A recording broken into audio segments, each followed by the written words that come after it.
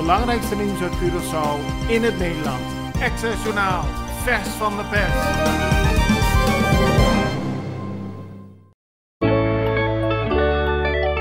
Op zondag 30 oktober organiseert Garden Group Fatum de My Garden Group Walk and Run 10K. De start is bij Garden Group Fatum en eindigt bij Parasasa Beach. Loop je dit jaar weer met ons mee? Registreer dan nu via mygardengroup.com en kom op 26, 27 of 28 oktober tussen 5 en 8 uur langs bij Garden Group Fatum om je t-shirt te kopen. Zorg dat je er snel bij bent, want op is op. Wij van Garden Group Fatum zijn blij om je weer te zien.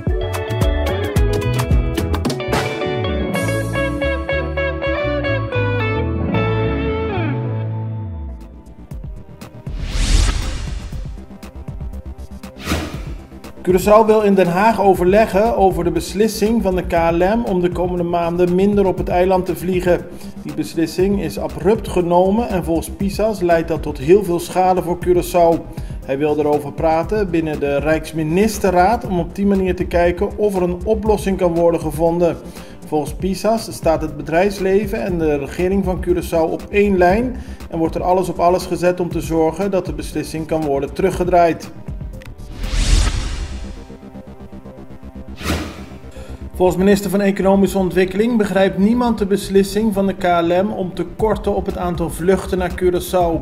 Hij wil samen met het bedrijfsleven een brief opstellen waarin precies staat uiteengezet wat de economische gevolgen zijn van de beslissing van Curaçao. Met die brief moet Pisas overleggen met Den Haag, in eerste instantie met minister-president Mark Rutte. Dat zei minister van Economische Ontwikkeling Ruisandro Seintje. Na Colectra, nós toma tempo para servir ora com mais de comunibo. Llama no centro de cliente na telefone 0800 035 de jaluna para viernes voor die setor de mente te setor de noite para turno serviço nan of patrão cita. Se você traz cita para sabra, também por hora. Por escolher para trabalhar, riba aqualectra.com e aproveitar a mesura, põe o documento na cerca para visita cerca nós vai mais fácil. Sim, a Colectra su centro de cliente wordt klaar para servir na momento como te comini abo.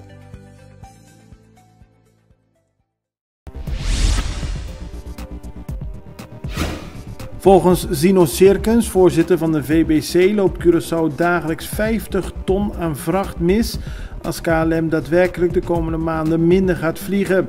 Cirkens zei dat gisteren na overleg met minister-president Gilmar Pik Pisas.